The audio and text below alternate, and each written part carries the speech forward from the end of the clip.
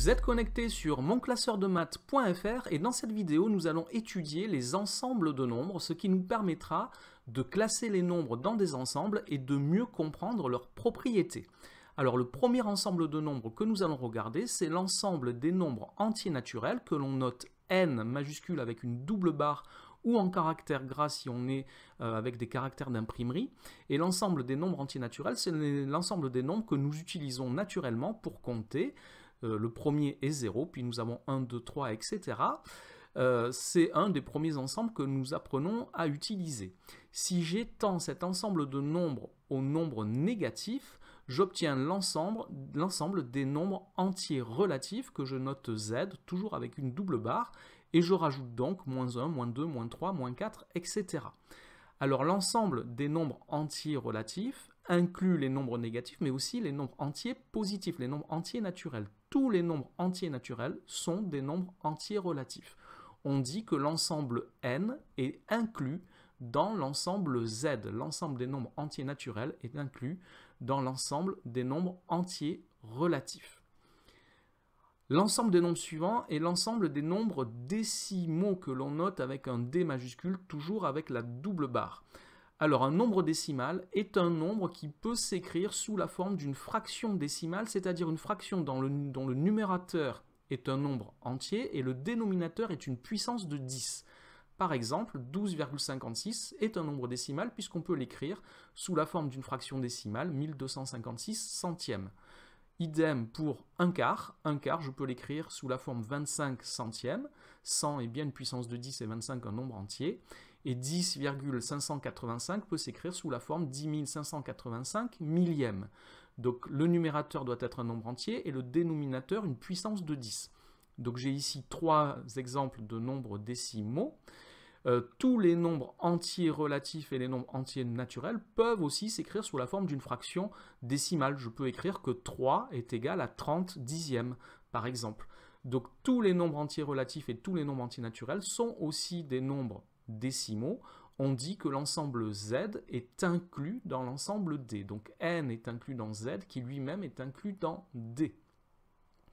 L'ensemble de nombres suivants est l'ensemble des nombres rationnels. Alors, un nombre rationnel, l'ensemble des nombres rationnels, on le note Q, et l'ensemble des nombres rationnels est l'ensemble de tous les nombres qui peuvent s'écrire sous la forme d'un quotient de deux nombres entiers. Alors, tous les nombres que nous avons déjà à l'écran sont des nombres rationnels, puisque les nombres décimaux, ce sont tous des nombres décimaux, et les nombres décimaux peuvent s'écrire sous la forme d'une fraction décimale, et une fraction décimale est bien le quotient de deux nombres entiers.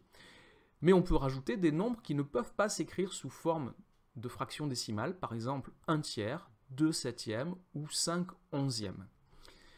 Alors ces nombres-là ne peuvent pas s'écrire sous la forme de fraction décimale et ils ont une infinité de chiffres après la virgule. Tous les nombres précédents sont des nombres rationnels, donc on peut dire que D est inclus dans Q. Et nous allons voir maintenant une propriété importante de ces nombres rationnels. Cette propriété est que leur écriture décimale est périodique, c'est-à-dire qu'on va retrouver un motif qui va se répéter infiniment. Alors si je prends les nombres décimaux, ce motif, ça va être la répétition de zéros inutiles. Je peux écrire par exemple que 1 est égal à 1,0000 et le 0 se répète indéfiniment, il y a une périodicité de l'apparition du 0. Mais c'est plus intéressant sur les nombres qui ne sont pas des nombres décimaux.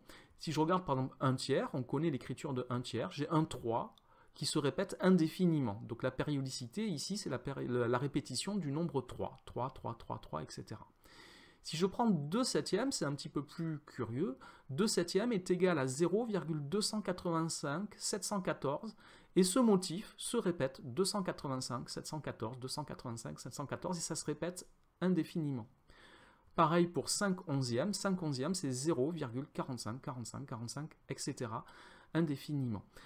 Alors c'est un bon moyen pour repérer si un nombre est un nombre rationnel ou pas. Donc si le nombre a une infinité de chiffres après la virgule et qu'il y a la répétition d'un motif, on peut être certain qu'il s'agit d'un nombre rationnel et qu'on peut l'écrire sous la forme d'un quotient de deux nombres entiers. Mais il y a des nombres qui ne sont pas rationnels, c'est ceux qu'on appelle les nombres irrationnels, et le plus connu de tous, c'est le nombre pi. Le nombre pi donc, ne peut pas s'écrire sous la forme d'un quotient de deux nombres entiers. on ne peut pas l'écrire sous la forme d'une fraction. Il y a une infinité de chiffres après la virgule, et si on observe la séquence de ces chiffres après la virgule, on ne trouve pas un motif qui se répète. Donc c'est un nombre irrationnel. De même pour les racines carrées des nombres qui ne sont pas des carrés parfaits, donc racine de 2, racine de 3, racine de 5, ces nombres-là ne peuvent pas s'écrire sous la forme d'un quotient de deux nombres entiers, ce sont des nombres irrationnels. Voilà donc pour les nombres rationnels et les nombres irrationnels. Alors tous ces nombres qui sont ici à l'écran sont tous des nombres réels.